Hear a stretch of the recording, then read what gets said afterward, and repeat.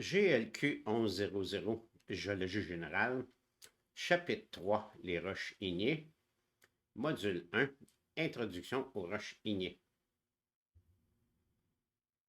Pour commencer cette série de vidéos sur les roches ignées, permettez-moi de vous montrer la plus belle roche ignée qu'on peut trouver au Québec et au Labrador.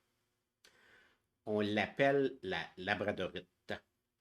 C'est une variété de northosite, c'est-à-dire une roche formée de feldspath plagioclase à plus de 90% de feldspath plagioclase.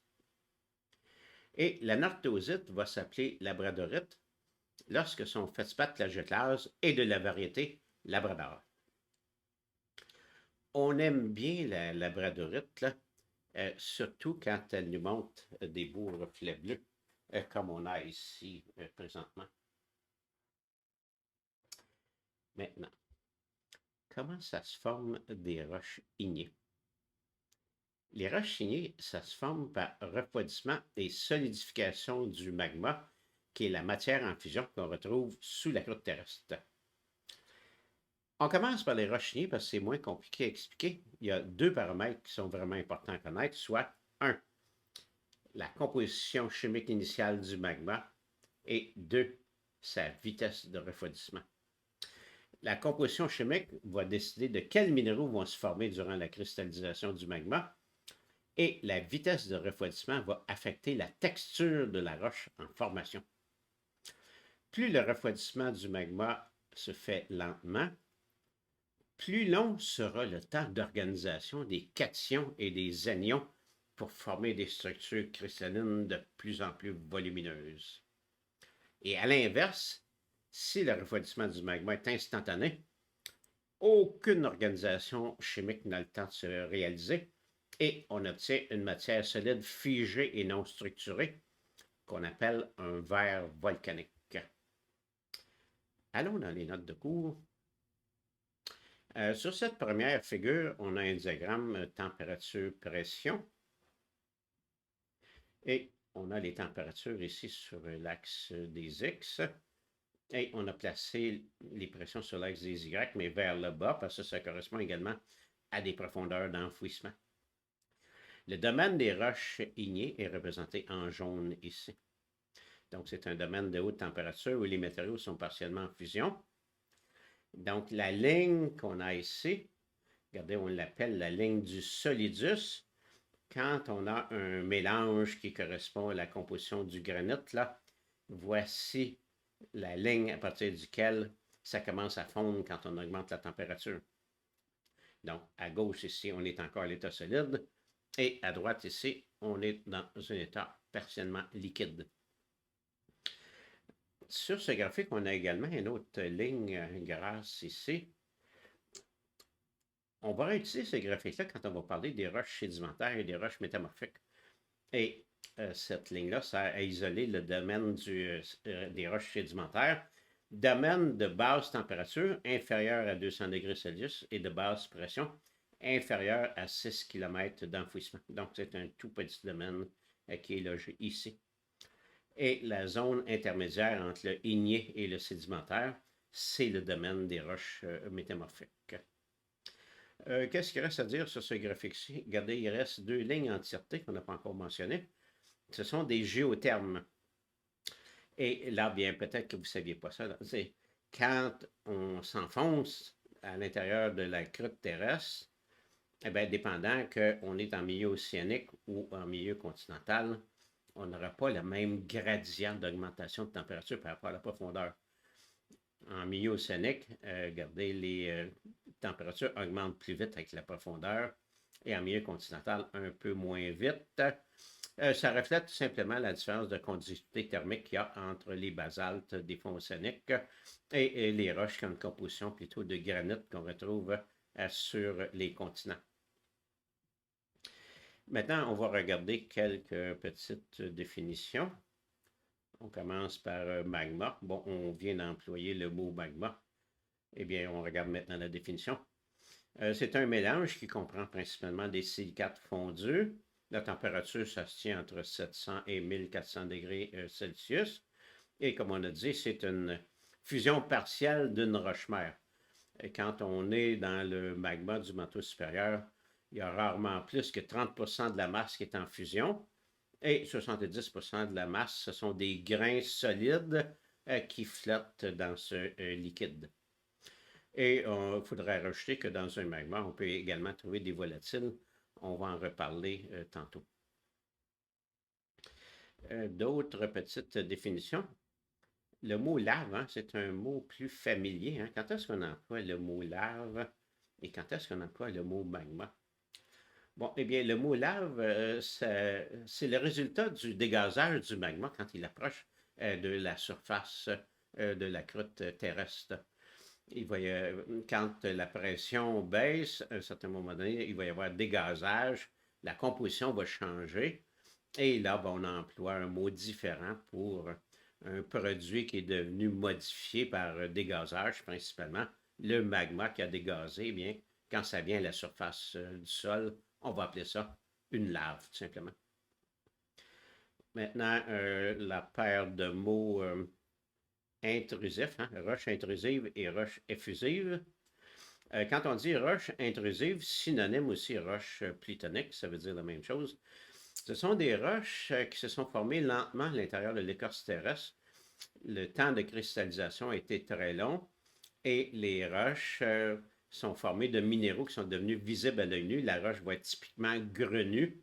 Le refroidissement lent a favorisé la croissance des cristaux. Roche effusive, maintenant, synonyme extrusive ou volcanique. Ce sont des roches qui ont connu un refroidissement beaucoup plus rapide, habituellement à la surface du sol ou dans un plan d'eau, au contact avec l'eau de mer, par exemple. Le refroidissement rapide laisse peu de temps de croissance pour les cristaux et typiquement, ces roches-là n'ont pas de minéraux visibles à l'œil nu. Tout est microscopique. Maintenant, les mots felsique et mafique. Cette fois-ci, ça fait référence à la composition chimique. Une roche va être felsique lorsque sa teneur en SiO2 dans la composition du magma est supérieure à 65%. Et là, à ce moment-là, la chimie va faire qu'il va y avoir des minéraux comme le quartz et le feldspath qui vont se former. Ce sont des minéraux de teinte claire et la roche formée va être elle-même de teinte claire. On va dire que cette roche-là, en plus d'être felsique, elle est leucocrate parce qu'elle est dominée par la présence de minéraux blancs. Hein, le mot leuco, ici, ça vient du grec, ça veut dire blanc, et crate, ça veut dire dominer. Pensez à démocratie, hein, dominé par le peuple. Bon, eh bien, leucocrate, dominé par des minéraux blancs. Les roches mafiques, maintenant. Bon, eh bien, ce sont des roches dont la teneur en SiO2 est située entre 45 et 52%.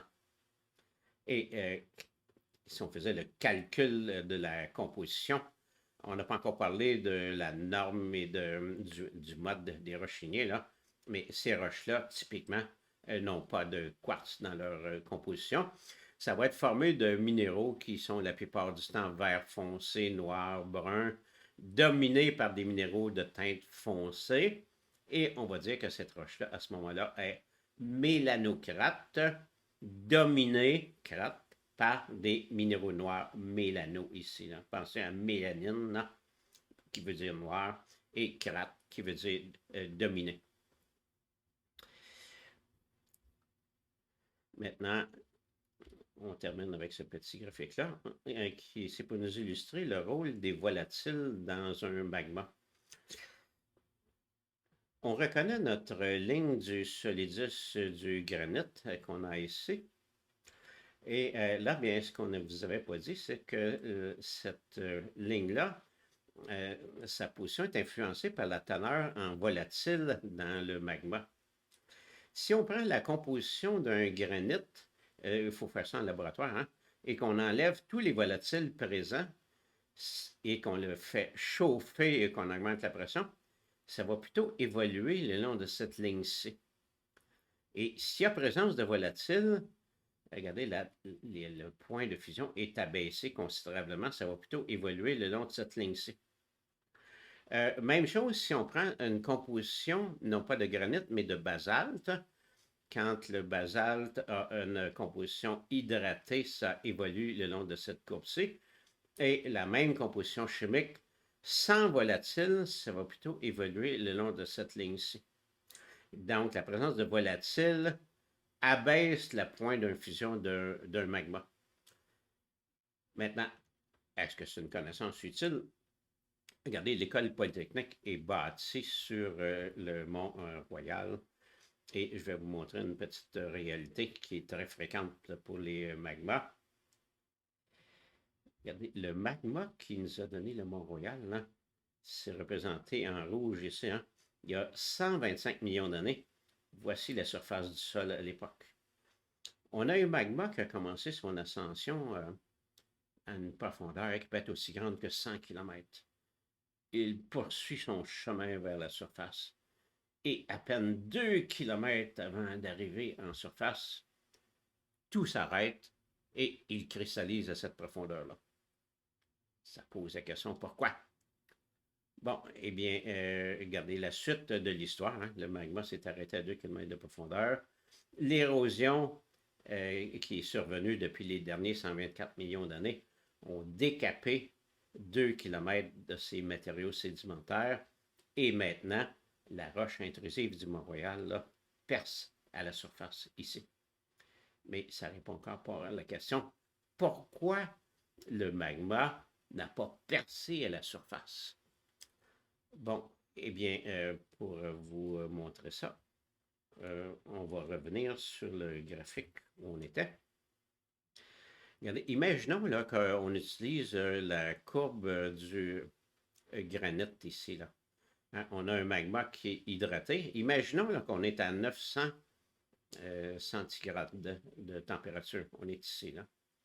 Bon, eh bien, on est à, par exemple, à 50 km là, de profondeur. Et là, ben, on est à l'état liquide et on peut rester à l'état liquide jusqu'à la surface. Tout va bien. Autrement dit, un magma là, qui a cette composition de granit ici à 900 degrés Celsius, là, va demeurer à l'état liquide là, jusqu'à temps qu'il perce à la surface du sol. Cependant, quand on est rendu à 2 km de profondeur, c'est-à-dire, regardez, très faible profondeur ici, si le magma perd soudainement tous ses volatiles, hein, le chapeau de roche qui surmonte est trop mince pour contenir la pression de gaz et pouf, les gaz s'échappent. Bon, eh bien, la ligne du solidus que voici va être décalée vers la droite.